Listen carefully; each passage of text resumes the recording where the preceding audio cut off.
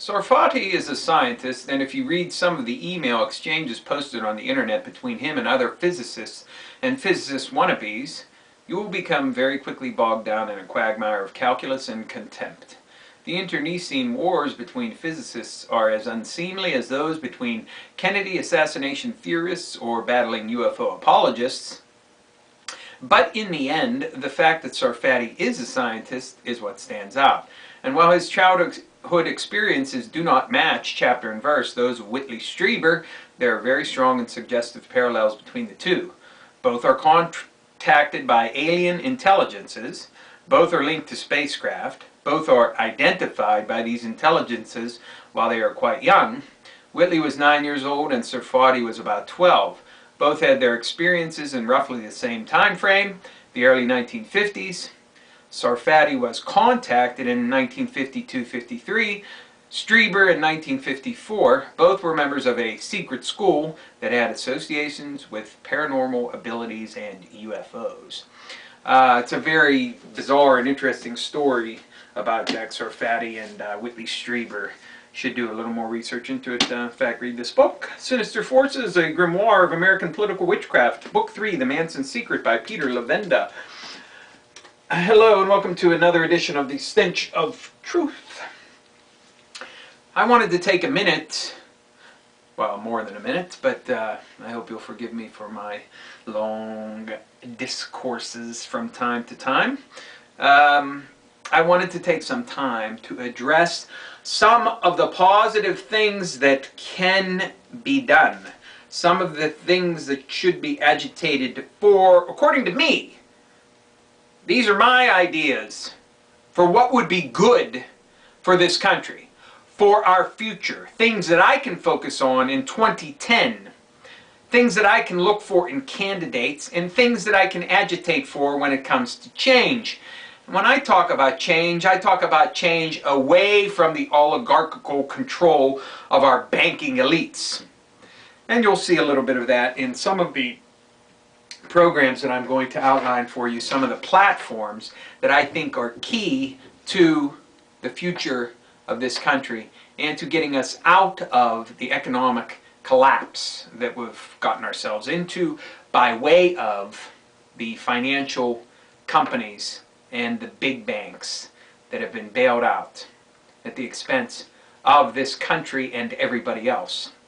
So, my plan for recovery in the future. Positive, actual things that you can agitate for, look for in candidates, and hopefully bring into fruition if you agree with me. If you don't, have your own plan. Draw it up yourself. And look for candidates that are willing to follow some of the points of your plan. You don't have to agree with anything I do. You don't have to agree with a single point that I bring up. If you do agree with it, then join with me in trying to get some of these things adopted. If you don't agree with me, then work to put together something yourself so you have some idea of a candidate that you want to put into office, some idea of what you want to focus on, some idea of where you want to go and how you want to achieve a change that's important to you. That is what's important, that you stay active and that you decide what is important. And let's tell people like Senator Dodd, who thinks he knows what's good for us, that they can shove it. So my plan for recovery in the future. Number 1, audit the Federal Reserve. Number 2, remove all industry insiders from their positions in the government. That includes former corporate executives, everybody who had a job in the corporate financial side is forbidden and will be removed from having any job connected with the Treasury or the Federal Reserve or any agency of the government that deals with money. Period. And the other side of the coin, the same thing. If you work in the Treasury or the Federal Reserve or any other branch of the federal government in which you deal with money, you are forbidden to take a job in the private sector for a company that deals in banking, finance, anything else. The revolving door is slammed shut. 3. Make it illegal for people to move from government to corporate positions or vice versa, where any influence or connection could be used for personal or corporate gain. This is expanded outside of the financial realm. That means no more open door between the FDA and the pharmaceutical industry. If you work for the FDA, you are forbidden to get a job in the private sector for any pharmaceutical, medical technology company, anybody that has to go through FDA process in order to get their device or product approved. Forbidden. Same for people in the pharmaceutical, medical device industry, or any other private entity that has to go through the FDA for any purpose whatsoever. You're forbidden to move into government employment at the FDA. Period. After auditing the Federal Reserve, nationalize it. Nationalize the Federal Reserve. Remove all formal financial industry employees from positions in the Treasury Department. This goes back to that open and revolving door. Everybody in the Treasury Department who was previously employed at a financial mega house bank is immediately fired and removed from their job.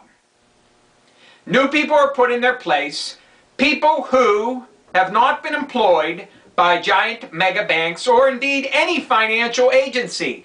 Well, you might ask yourself, how can you find people who are qualified to make these types of decisions if they are not bankers? Well, quite simply, there are a lot of people in university positions, in other positions around the country, who have a great deal of skill and knowledge in economics and have no ties to any private financial entity. Those are the people that you fill the Treasury Department with. Open the Federal Reserve lending window for direct state grants for infrastructure repair only. If you have a plan as a state for rebuilding something, some sort of infrastructure, whether it's your sewer system, whether it's your water system, whatever, bring it forward. You'll get a direct grant, no interest, direct grant from the Federal Reserve through the Treasury Department after it's nationalized for your recovery, for your direct, actual rehabilitation programs.